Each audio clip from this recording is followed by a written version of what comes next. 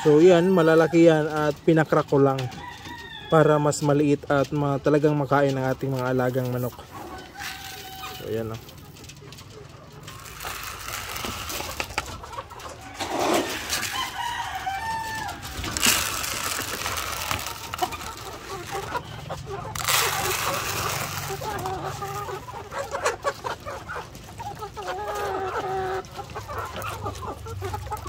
Farmers, ngayon ay tag-ulan na. Yung mga manok natin, ang pagpapakain natin sa kanila ay kinakailangan nating limitahan. Bakit nga ba natin lilimitahan yung kanilang kinakain? Alright, yan ang ating pag-uusapan natin ngayon. Dahil tag-ulan na mga ka-farmers at palaging umuulan dito sa amin, yung pinapakain ko sa aking mga alagang manok ay iniba ko na. So ito yung tinatawag na change feeding. So nung una, yung ginagamit ko ay yung GMP4, yun lang yung binibigay ko sa kanya.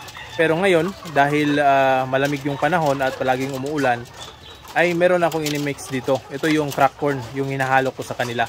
So ano nga ba ang nasa crack corn na bakit nagdagdag ako sa GMP4 tuwing tag-ulan? So ito mga farmers ay ginagamit din ito sa ibang mga nagmamanok, sa mga batikan na breeder. Yung paglalagay ng crack corn sa tag-ulan or sa taglamig, ito kasing crack corn mga ka-farmers ay ito yung nagdudulot ng init sa kanilang katawan. So yung mga manok natin kapag umuulan ay siyempre giginawin yan. Pero itong crack corn, ito yung magsusupply ng init sa kanilang katawan. Kaya kinakailangan natin ito sa ngayong tag-ulan para ma-maintain nila yung init sa kanilang katawan at hindi manghihina yung mga manok natin. Or mas worse yan mga ka-farmers ay yung mananamlay yung mga manok natin dahil giniginaw. So ito yung isa sa mga pamamaraan ko, matagal ko nang ginagawa rin ito na pagpapakain sa mga manok natin. So isa lang yan sa dahilan na o magandang dahilan o magandang dulot ng crack corn sa pagpapakain sa ating mga alagang manok.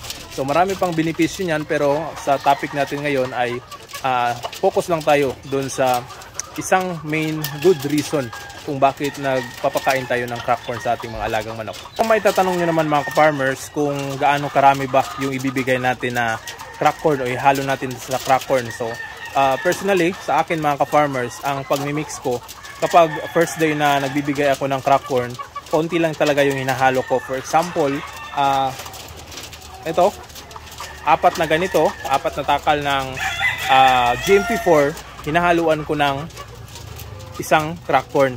So yun yung sa first day na binibigay ko sa kanila. On the second day mga ka-farmers ay apat na tangkal at saka dalawang ganito. So yun ang i-maintain ko for 5 to 7 days ang pagbibigay sa aking mga alagang manok. So pwede din natin itong i-50-50.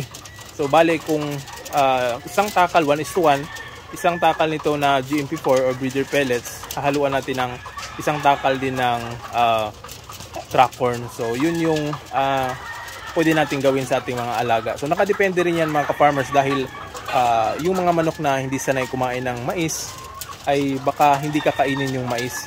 So ito, based on my experience dito sa aking manukan, yung mga manok ko dito ay yung mga panabong natin ng mga manok ay nung nag-change feeding ako, naubos pa nila lahat yung GMP4 at saka yung crack corn. Pero nung mga pangatlo or pang-apat na araw ay natitira na yung mga GMP4. Yung crack corn na talaga yung kanilang inuubos. So siguro sa panahon ngayon na palaging umuulan at nalalamigan siguro sila, kaya hindi nila kinakain yung breeder pellets. Yung GMP4 lang yung inuubos talaga nila. So sa patukaan ng manok ay marami talaga akong makukuha pang mga GMP4. So ang ginagawa ko ay binabalik ko lang dito sa lalagyan at doon ko ipapakain sa ibang mga manok. So ito, magbibigay muna tayo sa ating mga alagang manok.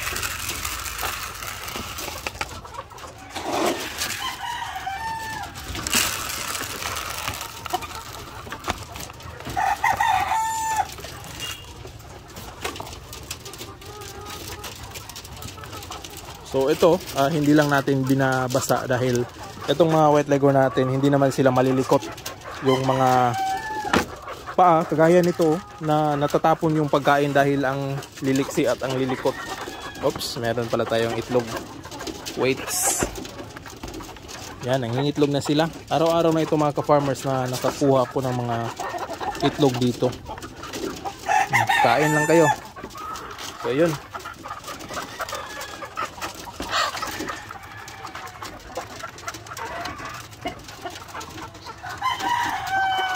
So ito yung mga leghorns natin, white leghorns na mga inahin.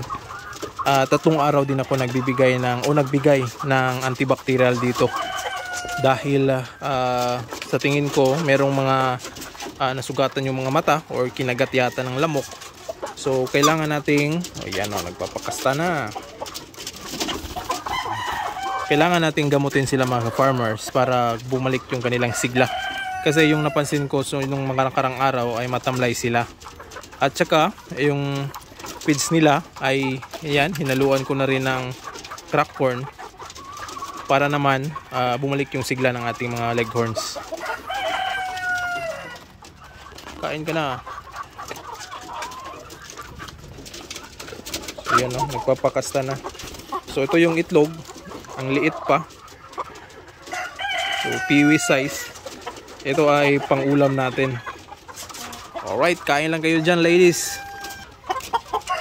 So ito namang mga parent stock natin ng ating leghorns ay binabasa ko yung kanilang patuka para hindi tumalsik at hindi matapon. Kapag hindi kasi natin binabasa, basain yung kanilang patuka ay masasayang lang at matatapon sa sahig dyan sa ilalim. So sa ganyang pamamaraan, yung feeds nila ay hindi tatalsik dahil may tubig.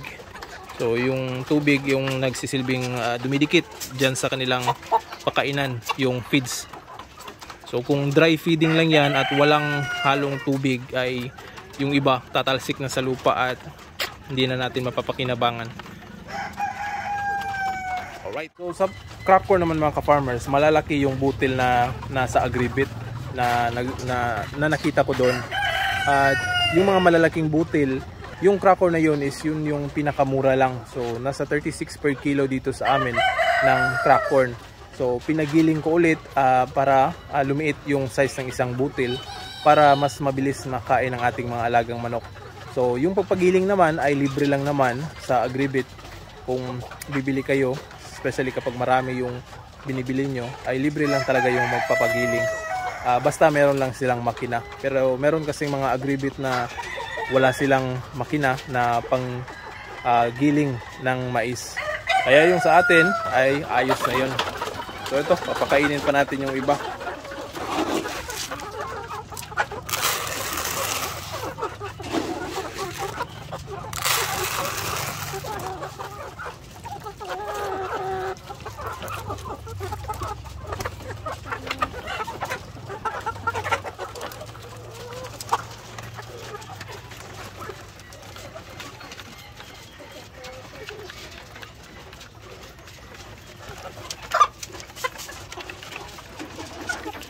So ito rin yung ilan sa mga babae natin dito mga ka-farmers. Ito yung Barred-Rock White Leghorn cross sa Barred-Rock. So meron tayong 5 piraso na babae dito. 6 pala na heritage. 2 yung game fowl.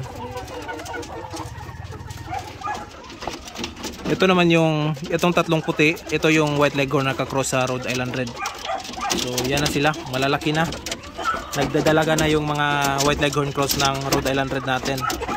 Kanina mga ka-farmers, nag-mention ako na lilimitahan natin yung pagkain ng ating mga alagang manok. So ang ibig kong sabihin nun mga ka-farmers ay hindi natin pasobrahan yung pagkain nila. So ang rason yan kung bakit hindi tayo magbibigay ng sobrang pagkain sa kanila sa tuwing tag-ulan or malamig ang panahon. Dahil yung ibang mga manok ay merong hindi matutunawan. Ang sanhi niyan mga ka-farmers ay sa taglamig o sa lamig ng panahon or umuulan. So yun yung na-observe ko based on my experience na rin na kapag palaging umuulan at dinadamihan natin yung pagbibigay ng pagkain sa mga manok natin, kinabukasan ay hindi sila natutunawan. So kapag hindi natutunawan yung mga manok, merong nagre-resulta na nanghihina o di kaya mamamatay.